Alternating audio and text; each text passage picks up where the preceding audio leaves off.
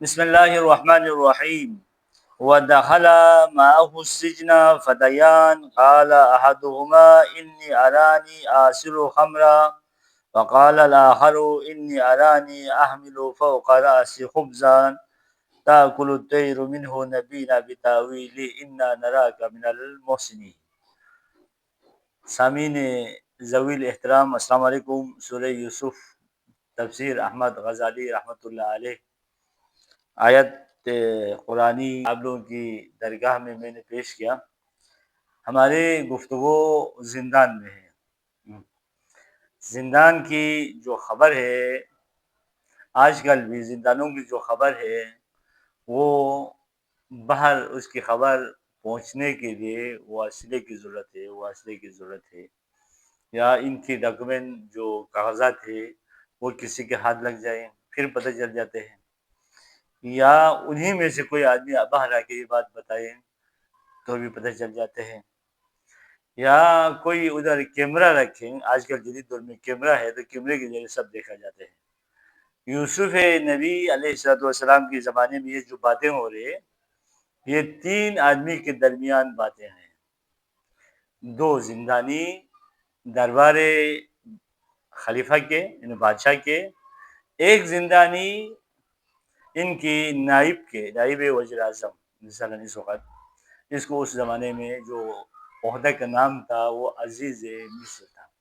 عزیز مصر، ایک تو عزیز ہم کہتے ہیں نا، عزیز رین چند پیارا ہمارے، ایک عزیز تھے عزیز العزیز، یعنی ہمیشہ فاتح، ہمیشہ غالب، ہمیشہ حاکم، ہمیشہ قدرت مند. یا عزیز یا عزیز یا عزیز ذکر الہی ہے، وہ عزیز ہے. یعنی دنیا کی تمام طاقتیں اس رب کے کریم کے در محضر میں جو عزیز سے نسبت ہے، خاضع ہے، خاشع ہے اور عاجز ہے. یہ عزیز تو جس کی نظر اس عزیز پہ ہو تو یہ بادشاہ کی جو عزیز ہے اس کی نظر میں کچھ بھی نہیں ہے. ہم لوگ کیوں ان چیزوں کے پیچھے پڑتے ہیں؟ بشمول میں بندے حقیر سب ان کے پیچھے کیوں پڑتے ہیں دنیا والوں کی؟ اس لیے دنیا ان کے پیچھے ہے، خود یہ لوگ نہیں ہے، دنیا ان کے پیچھے ہے. تو دنیا کے جو طلبگار ہے، جو دنیا کو اپنے سب کچھ سمجھتے ہیں، وہ بھی انہیں کے پیچھے ہی دوڑتے ہیں. مدائن میں ایک دفعہ حضرت سلمان علیہ السلام حضرت عمر خطاب کی طرف سے وہاں نائب تھا، نمائندہ تھا، امیر تھا، والی تھا. ٹھیک ہے، جب سیلاب آ گئے تو سب کے سامان نکلنے کے لیے اتنا شور شرابہ.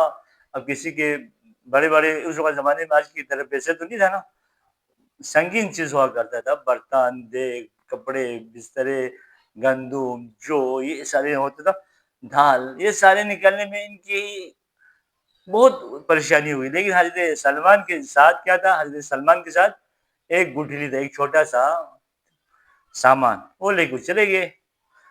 تو دنیا طلب والوں کے لیے عزیز ہے، عزیز مصر وہ عزیز کے مقابل میں کچھ بھی نہیں ہے. لہٰذا یہ جو اندر کی جو خبر باہر آ رہے یہ زمان رب کریم کی طرف سے آ رہا ہے. یہ علم الہی ایک مخصوص اوقات میں اللہ نے اقتضا کیا. اللہ کی جو حکمت ہے وہ تقاضا یہ کرے کہ اس کو پبلک کیا جائے عوام کے سامنے، تاکہ اللہ والوں کے لیے اطمینان کا باعث ہو، اللہ والوں کے ایمان میں یقین ہو، اللہ والوں کے ایمان میں مضبوطی ہو، اور طاغوت قوتوں سے لڑنے کا ان کے پاس حوصلہ آ جائے. وَدَخَلَ مَعَهُ السِّجْنَ فَتَيَانِ قَالَ أَحَدُهُمَا إِنِّي أَرَانِي آسِرُ خَمْرًا. تو انہوں نے کہا، ایک نے کہا، اے بندے آپ محسن ہیں، آپ اچھے انسان ہو، میں نے ایک خواب دیکھا ہے، آسر خمر، آسر یعنی مؤثر، آسر خمرہ، میں خمر کو، شراب کو نچوڑتے ہوئے میں نے دیکھا. شراب نچوڑتے ہیں یا انگور نچوڑتے ہیں یا سیب نچوڑتے ہیں. شراب انگور سیب کیلا کا نچوڑنے کی جو نتیجہ ہے وہ ہے شراب. یہ معلول ہے. علت کیا ہے؟ سیب کا نچوڑنا ہے. علت کیا ہے؟ انگور کا نچوڑنا ہے. ماء مؤثرات، اس نے قرآن کہا ہم نے آپ لوگوں کے لیے ماء مؤثرات دیا، نچڑے ہوئے پانی، یہ بارش کے پانی نچڑے ہوئے برف سے. فقد الاحواد میں عمل مؤثرات نچوڑا ہوا پانی کس میں سے؟ درخت کا، میوے کا، باقی چیزوں سے. وہ نچوڑا ہوا پانی طاہر ہے، مطہر نہیں ہے. تخفیف لوز کے لیے، تنظیف لوز کے لیے یہ استعمال ہوگا، اما طہارت کے لیے نہیں ہوا. لیکن عزت الماء ہو، پانی انتہائی قیمتی ہو یا بہت کم ہو، آج کل جنگ ہو رہے ایران وغیرہ میں، اللہ ان کو فتح دے دے، تو وہاں پانی کی ٹنکی، پانی کی جو لین ہے اس پر بم بلاسٹ ہو رہے ہیں. تو پانی قیمتی، ایسے صورتوں میں باقی چیزوں کے پانی سے آپ طہارت حاصل کر. تو یہ سب مسبب ہے، مسبب کو بتا دے، سبب مراد ہے. سبب کیا ہے؟ انگور کا پانی ہے. انگور کو نچوڑتے ہوئے دیکھا، اور پانی نچوڑنے کی چیز نہیں ہے. مؤثرات. قال انی ارانی اعصر خمرا، اعصر واحد متکلم، اعصر خمرا، میں نے قال انی ارانی، میں نے دیکھا. کیا دیکھا؟